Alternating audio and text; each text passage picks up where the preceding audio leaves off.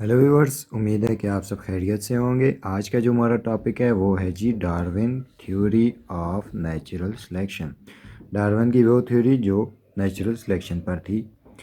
देखते हैं इसको। Charles Darwin was English naturalist. Charles Darwin English naturalist था and is regarded as pioneer of evolutionary idea. और वो जो था पॉइनियर था एवोल्यूशनरी आइडिया का because of his theory of origin of species by natural selection.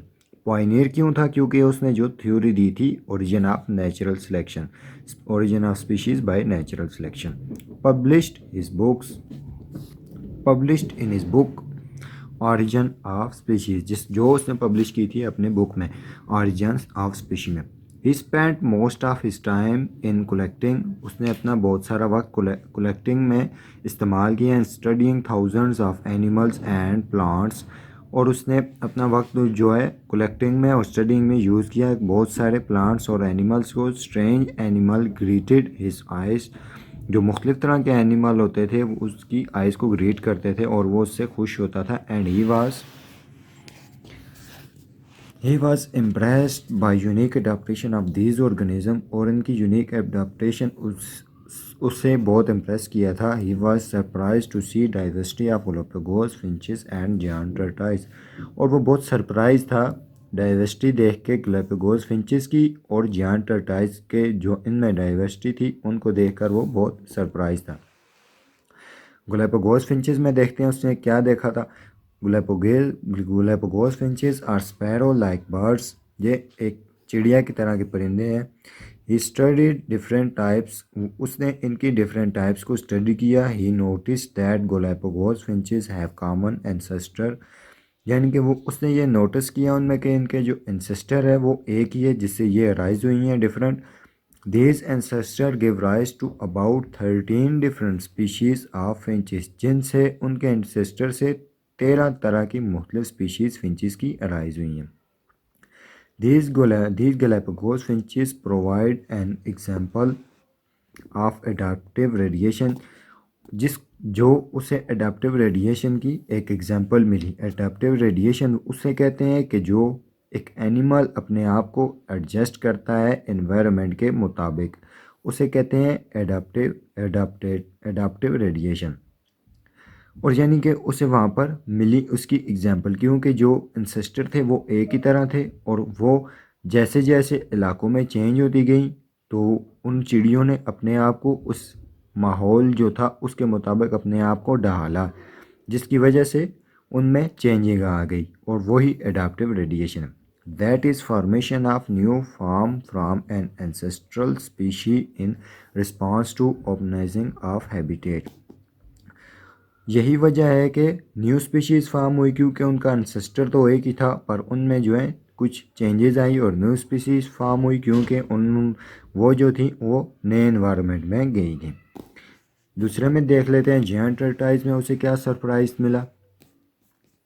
Similarly, some tortoises have long necks that were formed from drier regions, while some tortoises contain smaller neck that were from moist habitat. यानी कि जो tortoise थे dryer खुश्क reason में, वो उनकी उसने देखा कि नेक जो है वो लॉन्ग थी, और जो मॉइस्ट एरियाज़ पर थे या पानी वाले एरियाज़ में थे उनकी नेक शॉर्ट थी। क्योंकि जो उसने this experience lead him to the idea that new species originate from by gradual adaptation, जिस पर उसने ये आइडिया लिया था कि जो न्यू स्पीशी है वो ओरिजिनेट होती है एंसेस्ट्रल फार्म से बाय ग्रेजुअल एडाप्टेशन से, स्लो एडाप्टेशन से। टर्टाइज में ये था कि जो ड्रायर में थे उनकी नेक इस वजह से लंबी थी क्योंकि वहाँ पर उन्हें खुद मूव करना पड़ता था अपनी खुराक के लिए, इसीलिए उनको नेक को मूव करना पड़ता था।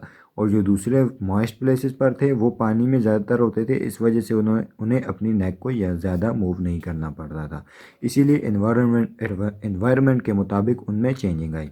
इसके आगे देखते हैं features. Salient features of Darwin theory are, जो उसकी थ्योरी के जो मेन फीचर्स थे, बेसिस थी, वो देखते हैं। पहला आ जाता है ओवर प्रोडक्शन, दूसरा स्ट्रगल फॉर एग्जिस्टेंस, तीसरा वेरिएशन आ जाता है। और चौथा सर्वाइवल ऑफ द फिटेस्ट और नेचुरल सिलेक्शन। पांचवा स्पीशिएशन और ओरिजिन ऑफ न्यू स्पीशीज। इनको थोड़ा थोड़ा डिफाइन कर लेते हैं। ओवर प्रोडक्शन क्या है जी? Over production, each population of organism has potential to response large number of offspring. कहता है कि हर इंडिविजुअल जो है वो large number of offspring produce करने की पोटेंशियल रखता है। सिंस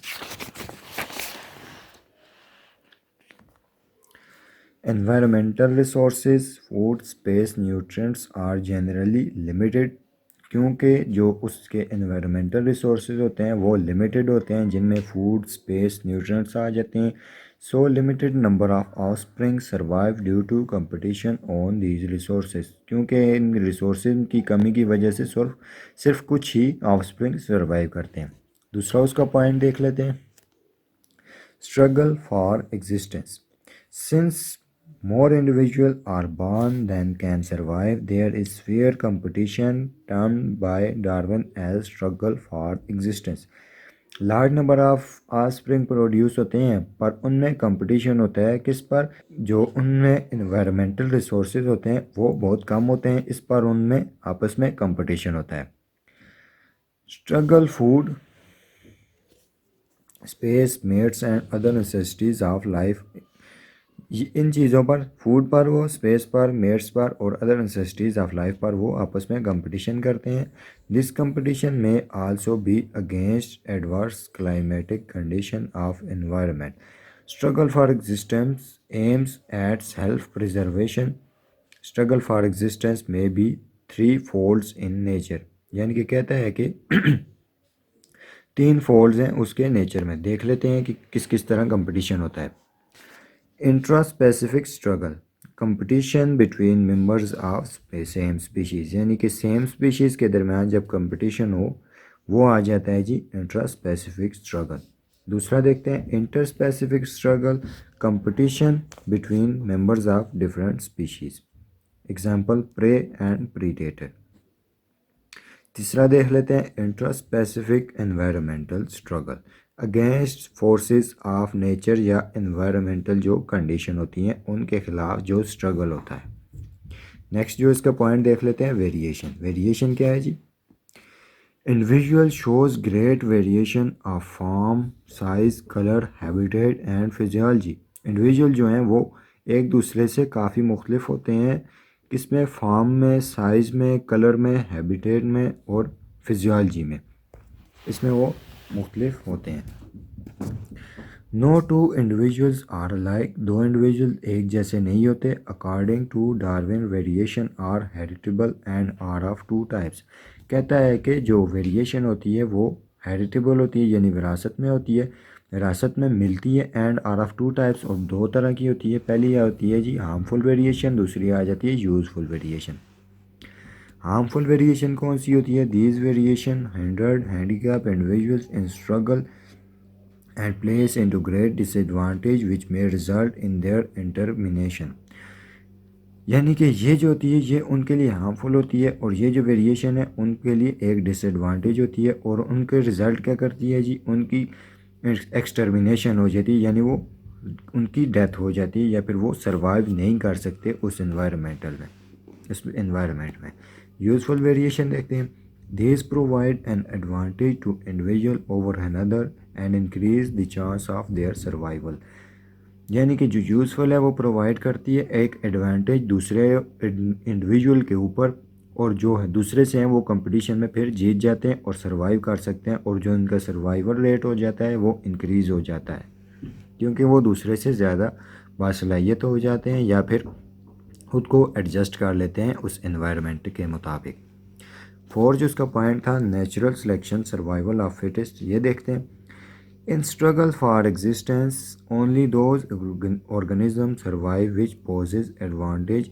वो ही एनिमल सर्वाइव कर सकते हैं जो कि एडवांटेज पोजेस करते हैं, और यूज़फुल वेरिएशन या फिर उनमें जिनमें यूज़फुल वेरिएशन आती है वही सर्वाइव करेंगे।